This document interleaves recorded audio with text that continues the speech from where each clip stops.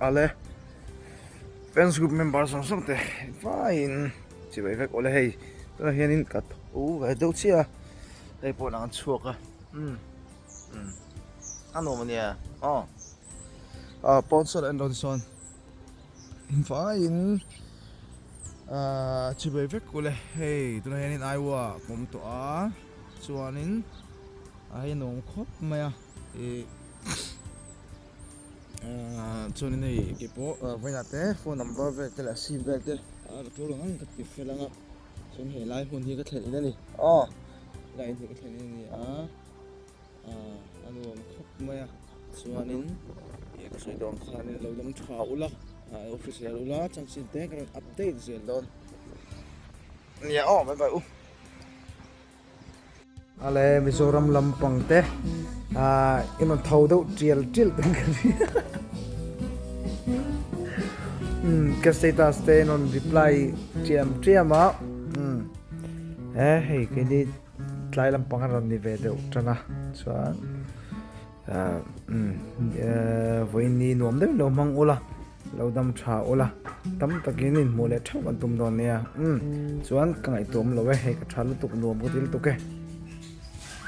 cái hi sabram với khát cắn là thì thật khá hội hẹn khá mấy cặp mà cái xe đầu là khá là lâu em tôi hiện thì đầu xìm chứ mà hay xong trà xong trà bữa lạ còn làm số này hội hẹn khá mấy cặp mà không ạ cho nên cái sân trụ hội hẹn luôn là sabram mu khát tụ ấy mẹ mà rồi thì khaninประเทศนี้ลมทุกข์สวยหมดไม่ดิจริงเขาว่าที่khaninลมมาเราปุ๋ยขบไม่หม้อเย็นสาบรำกันติ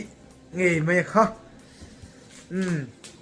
การรับเวทานี่ลมไม่เราปุ๋ยตักกันดิส่วนนี้เฮ้ยตัวนั้นเห็นvới này cho nên thì tôi lúc cần này đâu mà nó chú trái mà thế bố đồ cái gì đấy phật châu lúc đó bố đồ cái gì đâu này chú anh cảm chua cảm hey là hiệp cần phê cái gì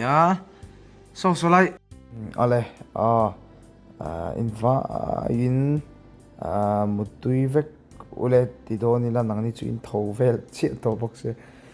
cái này cái mua về đó na ka group sang tempo sen lo tho khoma min lo tho na ka lom hle ma chuan khan lom thu ko soi tak me wa ti chuan in hei ki bo ka ngai tom lawa ka dam tha ti chuan hei thlen in lom tak kan ne ya chuan sai ching te min ti pu ani ting min chu pu ya alom om tak se ta